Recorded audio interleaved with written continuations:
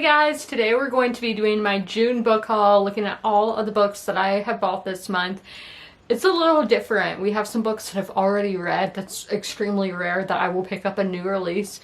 I had 2 Goodwill trips this month rather than just one, and there's just quite a lot of books where my TBR cart is overflowing just a bit. But let's see what I got. And I guess we're going to be showing the books in a little bit of a different order. We're going to go from my most recent to the first ones that I got this month. So I did go to Goodwill in Longs, South Carolina. This was my first time going to Longs. If you don't know, that's outside of Myrtle Beach if you're going towards North Carolina.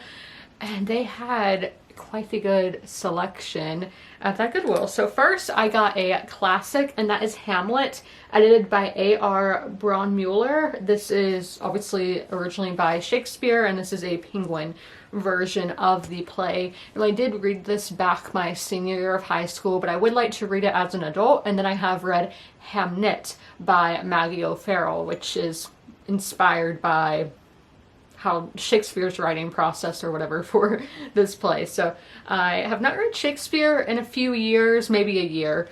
Haven't read him in a while, and I really liked Hamlet when I did read it, so cannot wait to, you know, revisit that play. Now we have a book that I thought I had heard of, wasn't really sure, but yes, it was on my Goodreads list, and that is We Run the Tides by Vendela Vida. This is taking place in San Francisco in the 1980s, and so much is just bursting, so much is changing in life. I think we even have a boarding school, so just think of these kids, they're going into being adults. That's a huge transformation. And then the city itself is on the brink of radical transformation, as well as a gripping mystery and tribute to the wonders of youth and in all its beauty and confusion. And I love that, dissecting youth and just all the beauty and how it can be so confusing. We all go through it, hopefully. We have all been through youth.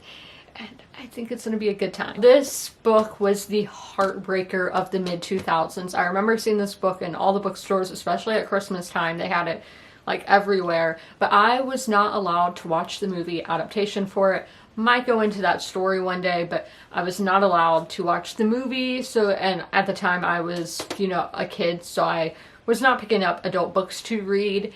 But here I am at Goodwill because I love stories about dogs. I love to be heartbroken. I love stories about animals. So this one is all that is adding up. This is Marley and Me by John Grogan. Yes, this one was huge in the 2000s when it came out. And it is, I don't even know this is non-fiction, because that makes me think it's non-fiction, all the pictures of the dog, but I'm like, they could just get a random dog. Labs are extremely popular dogs. My dog is even part lab, so it says, this is the heartwarming and unforgettable story of a family in the making and a wondrously neurotic dog who taught them what really matters in life. This was huge. This book is more of a random purchase for me. I do listen to this band occasionally. I don't really go after listening to them, I don't own a CD or a record or anything, but when their songs do come on the radio, I'm like, yeah, that's a good song. I'm talking about Duran Duran. This is Please Please Tell Me Now, the Duran Duran story by Stephen Davis. This is all about the band Duran Duran. I only think they look cool, and I bet if I was a teen in the 80s, I probably would have been a Duran Duran fan. I know Princess Diana was a really big fan, but yeah, I don't really know much about them. I just know their songs and a few of their names. So I do think this will be interesting because I do think they were extremely popular. Bands are obviously popular for a reason, so I guess we will find out that reason here. This is more my educational pick from Goodwill. I also got my dad 2 books for Father's Day. They were not intentionally meant for Father's Day, but watch last week's vlog if you want to know a little bit more about that. But this one is the other history book that I got. Again, this is more on the educational front, and that is The Soviet Union Since Stalin, edited by several authors. But I am currently reading Edge of Eternity by Ken Follett, and that series kind of delves into this from a fictional standpoint, so seeing it from a nonfiction standpoint, I always love to pair fiction with nonfiction on similar topics, and that is what I got at Goodwill in Longs. I did go to Goodwill in my hometown as well. There's 2 separate locations, and I went to the older location, and the worker there, Tiffany, she was amazing. I hope Mocha is doing well. I hope the puppy days are being kind to you. I have no idea if she knows I have a YouTube channel or anything, but I loved getting to talk to her. And I bought 5 books. Yeah, 5 books at this Goodwill. We are starting it out with 2 classics. First we have Always Lived in the Castle by Shirley Jackson. This Penguin edition. I do have an H.P. Lovecraft collection that is in the same, you know, same style from Penguin, the orange ones. I don't know if this has a name, this little like series that they did, but kind of like of horror authors. So this is a classic horror. Yeah, the Penguin Orange collection is what this collection is called. I've never read any Shirley Jackson, but she has had kind of a resurgence in recent years with adaptations being made of her books. So I thought I would give this one a go. And it has a cat on the cover, and that's really what sold me on buying it. Another classic, which is a nonfiction one, but there's like this one, I know this one, there's a TikTok sound that is a quote from like the movie or something that I love the quote, and I see quotes from this and really like them. And I was like, okay, here's the actual book. I should buy it. And that is Girl Interrupted by Susanna Kaysen. And this is about a girl who is in 1967 after a session with a psychiatrist she had never seen before. 18-year-old Susanna Kaysen was put in a taxi and sent to McLean Hospital and spent the next 2 years in the ward for teenage girls at a psychiatric hospital. And this hospital has had a renowned clientele such as Sylvia Plath, Robert Lowell, I don't know who that is, James Taylor, and Ray Charles. So I mean, pretty big names. So I'm curious if this is like a real life bell jar, because I did not really enjoy the bell jar that much. So just seeing if I will enjoy this. But this is nonfiction, and nonfiction and fiction are obviously 2 completely different things. Now y'all know I want to read a book by every president and first lady. Some cases that's going to be very difficult to do, like finding books that are about that. And all the 3 I'm about to show you very like influential figures. First we have the man who every time I see something in American politics, it only stems back to him. I'm not saying if it's bad or good or what, but every time I'm like, wow, that's where that comes from. And I'm talking about Ronald Reagan. This is the Reagan Diaries by Ronald Reagan, edited by Douglas Brinkley. This is going to be really fascinating. These are just like diary entries he took like every day, and I'm always like, I wonder if my diary is gonna get published like this one. Me comparing myself to Ronald Reagan, I know, but yeah, I think that should be really interesting. I've been thinking a lot about how we, you know, there's a lot of polarizing figures in our world right now. I go and I watch a show or I read a book where like Julius Caesar is a character, or Marcus Antonius, whatever.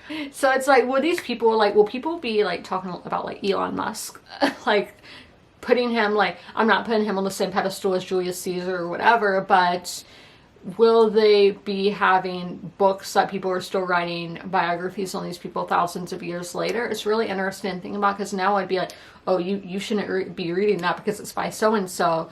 But then we will read historical biographies on people who are, you know, not good people. So it's really, that's just something I've been thinking about in my head, but actually haven't, you know, actually got around to.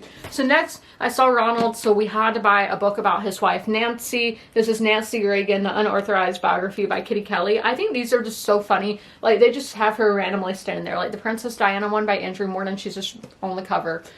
I don't know, I think these kind of covers are just funny. So Nancy Reagan, and those 2 are really interesting since they have the Hollywood backstory to them. I think that's intriguing. And then this one is My Life by Bill Clinton. He was president when I was born, so Bill Clinton, very big book here, kind of intimidating. More controversy. The books are falling down. More controversy. Am I right? Like, yeah.